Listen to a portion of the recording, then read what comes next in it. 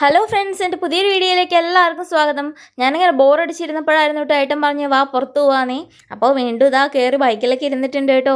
വല്ലപ്പോഴാണ് ഏട്ടൻ ഇങ്ങനെ നല്ല ബുദ്ധിയൊക്കെ തോന്നുകയെന്ന് വെച്ചാൽ ഞങ്ങളെ പുറത്തൊക്കെ കൊണ്ടുപോകാൻ. അല്ലെങ്കിൽ ഏട്ടൻ എപ്പോഴും ഒറ്റയ്ക്കാട്ടോ പോവാറ്, ഞങ്ങളെ അങ്ങനെ എപ്പോഴും ഒന്നും കൊണ്ടുപോകാറൊന്നുമില്ല. നാട്ടിൽ പോയാൽ പക്ഷെ അങ്ങനെയല്ല കേട്ടോ, ഞങ്ങളെ എങ്ങോട്ട് പോവുകയാണെങ്കിലും കൂട്ടിയിട്ടൊക്കെ പോകാറുണ്ട്. കാരണം ലീവൊക്കെ അല്ലേ, അപ്പോൾ നമുക്ക് നാട്ടിലൊക്കെ വന്നിട്ട് വല്ലപ്പോഴും അല്ലേ നമ്മൾ നാട്ടിലൊക്കെ പോകുന്നുള്ളൂ. അതുകൊണ്ട് തന്നെ എല്ലാ ദിവസവും നമ്മളെ പുറത്ത് കൊണ്ടുപോകാനും നമുക്ക് എന്തെങ്കിലുമൊക്കെ മേടിച്ച് തരാനും ഒക്കെ ഏട്ടൻ നോക്കാറുണ്ട് കേട്ടോ. ഇവിടെയെന്ന് വെച്ച് കഴിഞ്ഞാൽ ഡ്യൂട്ടി അത് കഴിഞ്ഞ് വന്നിട്ട് വല്ലപ്പോഴാണ് ഇതുപോലൊന്ന് പുറത്ത് പോകുന്നത്. അപ്പോൾ ഞങ്ങളെയും കൊണ്ടുപോകാമെന്ന് വെച്ച് കഴിഞ്ഞാൽ അത് ഭയങ്കര ബുദ്ധിമുട്ടുള്ളൊരു കാര്യം കേട്ടോ. കാരണം ഞങ്ങൾ പോയി കഴിഞ്ഞ് കഴിഞ്ഞാൽ അടങ്ങി ഒതുങ്ങി ഇരിക്കുകയൊന്നുമില്ല, അത് വേണം ഇത് വേണം എന്നൊക്കെ പറയും. ഞാനല്ല കേട്ടോ, അധികം മോനാണേ. മോനെപ്പോഴും ടോയ്സ് വേണം കേട്ടോ. അപ്പോൾ അതുകൊണ്ട് തന്നെ നമ്മളെപ്പോഴും ഏട്ടൻ ഇങ്ങനെ ഒഴിവാക്കാൻ നോക്കാറുണ്ട്. ഇന്ന് ഏട്ടൻ എന്തായാലും വാ നമുക്ക് പോകാമെന്നൊക്കെ പറഞ്ഞിട്ട് നമ്മളെ രണ്ടുപേരെയും വിളിച്ചാണ്. അപ്പോൾ നമ്മൾ രണ്ടുപേരും ഭയങ്കര സന്തോഷത്തിലാട്ടോ വണ്ടിയിലിരിക്കുന്നത്. എന്തായാലും ഇനി ഇവിടെ കുറച്ച് ദിവസം കൂടെ അല്ലേ ഉള്ളൂ, അപ്പോൾ അതിൻ്റെയൊക്കെ ഒരു എന്താ പറയുക ഒരു സന്തോഷം. ഇനിയിപ്പോൾ എന്തായാലും ഇവിടുന്ന് പോവുമല്ലേ, അപ്പോൾ ഇനിയിപ്പം എന്താ പറയുക ഇനി മധ്യപ്രദേശിക്കൊന്നും നമ്മൾ വരലുണ്ടാവില്ല. ഇനിയിപ്പോൾ വരേണ്ട ആവശ്യമില്ലല്ലോ. ഇനിയിപ്പോൾ എന്തായാലും ഇവിടേക്ക് ഇനി പോസ്റ്റിങ്ങും കാര്യങ്ങളൊന്നും കിട്ടുമെന്ന് തോന്നുന്നില്ല കേട്ടോ. അപ്പോൾ എന്തായാലും ഇനിയിപ്പോൾ ഇവിടുന്ന് പോകുന്നതിന് മുന്നായിട്ട് ഒന്ന് പറ്റുന്ന അത്ര എക്സ്പ്ലോർ ചെയ്യാമെന്നൊക്കെ വിചാരിച്ചിട്ടാട്ടോ. ഞങ്ങൾ ആദ്യം പോയതെന്ന് വെച്ച് കഴിഞ്ഞാൽ ഏട്ടൻ മുടി വെട്ടിക്കാൻ വേണ്ടിയിട്ടായിരുന്നു കേട്ടോ. അപ്പോൾ അതായിട്ട് അവിടെ ഇരുന്ന് മുടി വെട്ടിക്കൊണ്ടിരിക്കുവാണ്. ആ സമയത്ത് നമ്മൾ എന്ത് ചെയ്യുന്നു വെച്ച് കഴിഞ്ഞാൽ കോളേജിൽ നിന്ന് വരുന്ന പിള്ളേരെയൊക്കെ വായി നോക്കി നിൽക്കുക കേട്ടോ. മെയിനായിട്ടുള്ള പണിയെന്ന് പറയുന്നത് നല്ല രസമാണ് അവരുടെ ഡ്രസ്സിങ് സ്റ്റൈൽ കാണാനും. അവർ എന്താ പറയുക ഇങ്ങനെ ഫ്രണ്ട്സൊക്കെ ആയിട്ട് ഇങ്ങനെ പോകുന്നതൊക്കെ കാണുമ്പോൾ നമ്മളിങ്ങനെ ആലോചിക്കും, നമുക്ക് നല്ല ഇങ്ങനത്തെ കാലങ്ങളൊക്കെ മിസ്സായി പോയല്ലോ എന്നിട്ട് ആലോചിക്കും കേട്ടോ. പിന്നെ ഞാൻ പോയതെന്ന് വെച്ച് കഴിഞ്ഞാൽ എനിക്ക് ത്രെഡ് ചെയ്യാൻ വേണ്ടിയിട്ടായിരുന്നേ. ഞാൻ ഈ കടയിലാട്ടോ സ്ഥിരമായിട്ട് വരാറുള്ളത്. അവർ ത്രെഡ് ചെയ്ത് തരുമ്പോൾ എനിക്ക് ഭയങ്കര ആശ്വാസം കേട്ടോ. കാരണം ബാക്കി എവിടെ പോയി കഴിഞ്ഞാലും ഒരുപാട് സമയം എടുക്കും. അത് മാത്രമല്ല പുരുകത്തിന് ചുറ്റും വേദന ഉണ്ടായിരിക്കും. പിന്നെ അത് മാത്രമല്ല പുരുകത്തിന് ചുറ്റും ഒരു മുറിയാക്കിയും തരും കേട്ടോ. പക്ഷേ ഇവിടെ വന്നു കഴിഞ്ഞാൽ അങ്ങനെയല്ല, പെട്ടെന്ന് നമ്മുടെ പരിപാടിയും നടക്കും.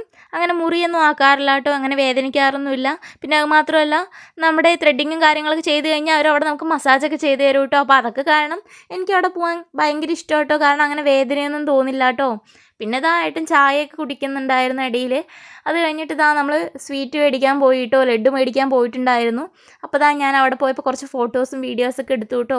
അപ്പോൾ ആ കടക്കാരൻ പറയുന്നുണ്ടായിരുന്നു അവർക്ക് അറിയുന്ന ഏതോ ഒരു യൂട്യൂബർ, അപ്പോൾ അവർക്ക് എന്ന് വെച്ച് കഴിഞ്ഞാൽ ഇത് യൂട്യൂബിലിടാൻ വേണ്ടിയിട്ടാണോ, അവരുടെ ഫ്രണ്ട് ഇതുപോലെ യൂട്യൂബിനകത്ത് വീഡിയോസൊക്കെ ഇടുന്നുണ്ട്, അവർക്ക് നല്ല വ്യൂസ് ഉണ്ട് എന്നൊക്കെ പറഞ്ഞിട്ട് അങ്ങനെ പറയുന്നുണ്ടായിരുന്നു കേട്ടോ.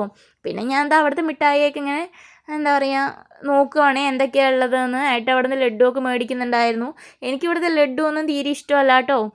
ഈ കടയിലത്തെ മിഠായിയും അതുപോലെ ഇങ്ങനത്തെയൊക്കെ സ്നാക്സൊക്കെ ഇല്ലേ, ഈ കടയിൽ നിന്ന് തന്നെയാണ് അവരുണ്ടാക്കുന്നത്. അവരുണ്ടാക്കി വിൽക്കുന്ന സാധനങ്ങളാട്ടോ ഈ വിൽക്കുന്നതെല്ലാം. എനിക്ക് ഈ കടയിലത്തെ രസ്മലായി കഴിക്കാൻ ഭയങ്കര ഇഷ്ടമാട്ടോ. പിന്നെ ഇവിടുത്തെ ജിലേബിയൊക്കെ എന്ന് വെച്ച് കഴിഞ്ഞാൽ നമ്മുടെ നാട്ടിലത്തെ അങ്ങനത്തെ ടേസ്റ്റ് ഒന്നും അല്ല കേട്ടോ. ഇവർ ജസ്റ്റ് ചുട്ടെടുത്തിട്ട് അങ്ങനെ എന്താ പറയുക പഞ്ചസാര പാൽ മുക്കിയെടുത്ത് തരുന്നൊരു ജിലേബിയാണ്. അത് നല്ലപോലെ ഡ്രൈ ആയിട്ട് കറമുറയായിട്ടുള്ള ജിലേബി ആയിരിക്കും കേട്ടോ. പിന്നെ ഇതൊക്കെയാണ് ഇവിടുത്തെ സ്നാക്ക്. പിന്നെ കുറച്ച് സാധനമൊക്കെ മേടിക്കാനുണ്ടായിരുന്നു കേട്ടോ. പലചരക്ക് സാധനം മേടിക്കാനുണ്ടായിരുന്നു, പിന്നെ പച്ചക്കറിയൊക്കെ മേടിക്കാനുണ്ടായിരുന്നു കേട്ടോ. അപ്പോൾ അതൊക്കെ മേടിക്കാൻ പോയി. അപ്പോൾ എന്താ പറയുക പിന്നെ ഇവിടെ തൊട്ടടുത്ത് തന്നെ ഒരു അമ്പലമുണ്ട് കേട്ടോ. അപ്പോൾ അതിൻ്റെ അടുത്തായിട്ട് നവരാത്രീൻ്റെ പ്രോഗ്രാമും കാര്യങ്ങളൊക്കെ തുടങ്ങിയിട്ടുണ്ട്.